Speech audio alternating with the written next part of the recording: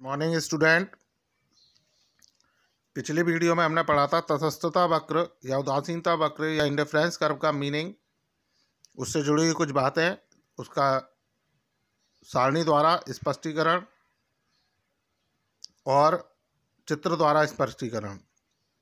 आज हम इसी क्रम में आगे बात करते हैं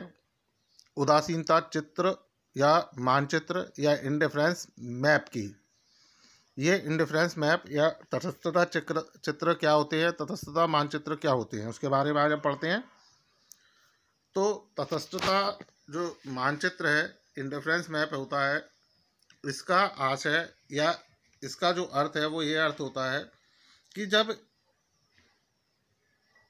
तटस्थता वक्रों के समूह से है, यानी जो तटस्थता वक्र है,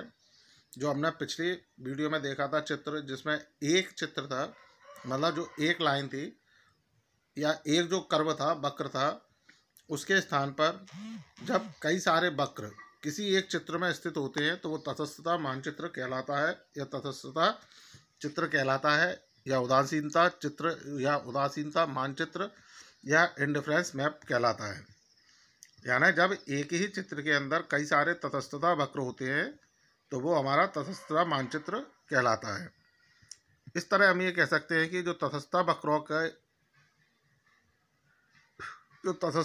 का जो परिवार है, जो बंडलों में दो वस्तुओं में उपभोक्ता के अधिमान को दर्शाता है। यहाँ ध्यान देने की बात है कि उपभोक्ता किसी एक तटस्थता वक्र के साथ तटस्थ रहता है, किंतु वह विभिन्न तटस्थता वक्रों के बीच में तटस्थ नहीं रह सकता। यानी जब उसके पास एक तटस्थता वक्र है तो उसमें से वो उन वक्र में से उसके पास जो ऑप्शन है, 5 ऑप्शन थे, उन 5 में से किसी का एक का चुनाव करके वो तटस्थ रह सकता है, क्योंकि उसको उन 5 में से किसी भी एक विकल्प का चयन करने पर समान संतुष्टि प्राप्त हो रही थी। लेकिन जब उसके पास कई सारे तटस्थता वक्र हैं तो ऐसी स्थिति में वह किसी एक तटस्थता वक्र के साथ तटस्थ नहीं रह सकता। अतः वह तटस्थ रहने के लिए ये देखेगा कि जो सबसे ऊंचा तटस्थता वक्र है उस पर उसको सबसे ऊंचे स्तर की संतुष्टि प्राप्त होगी, यानी वह उस तटस्थता वक्र का चुनाव करेगा जो सबसे ऊपर है, और जो सबसे नीचे है उस पर जो उपभोक्ता है उसको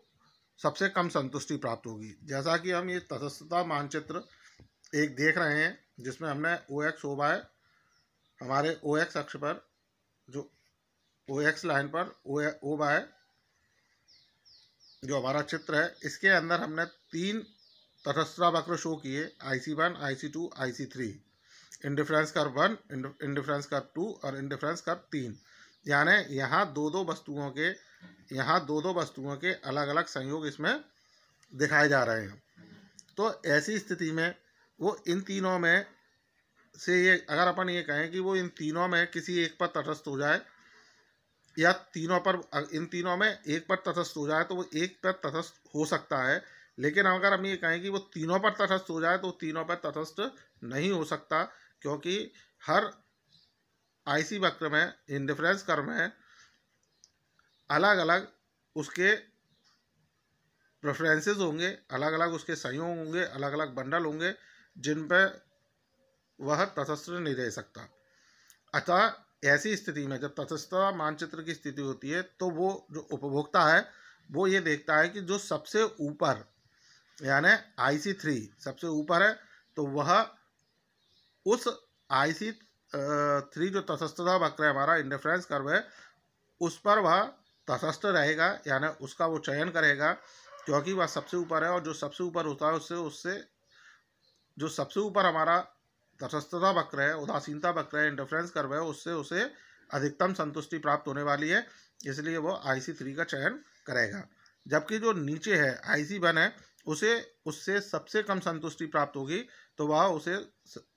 चयन करने की स्थिति में नहीं होगा, या उसे जो प्रेफरेंसेस है, अधिमान है, वो नहीं देगा। तो कुल मिलाकर अगर हम बात करें तो जो तटस्थता मानचित्र है, इंडिफरेंस मैप होता है, वो एक ही चित्र के अंदर कई सारे तटस्थता वक्रों का